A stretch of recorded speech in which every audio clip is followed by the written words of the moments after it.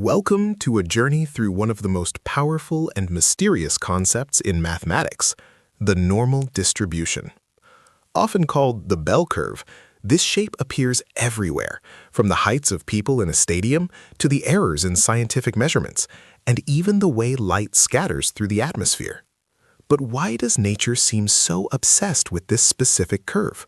To understand the normal distribution, we must first visit the Galton Board, also known as the quincunx. Invented by Sir Francis Galton, this device shows how thousands of random events, like a ball hitting a pin and going left or right, combine to create a predictable pattern. While the path of a single ball is unpredictable, the collective behavior of thousands creates a perfect bell shape. This transition from chaos to order is governed by the Central Limit Theorem. This is the engine of statistics. It states that when you add up many independent random variables, their sum tends toward a normal distribution, regardless of the original distribution's shape.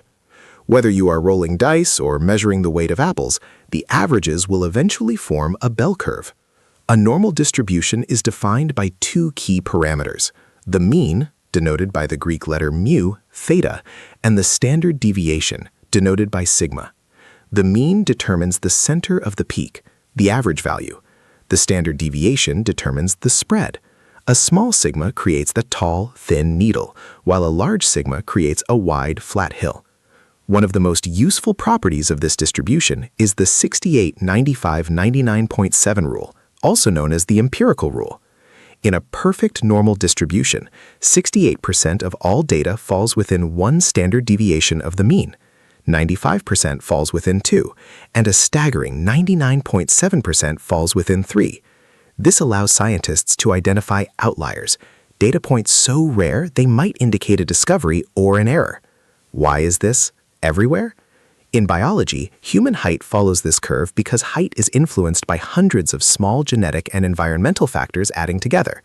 In manufacturing, the slight variations in the size of a bolt follow this curve due to cumulative machine vibrations. Whenever many small, independent factors contribute to a result, the bell curve emerges.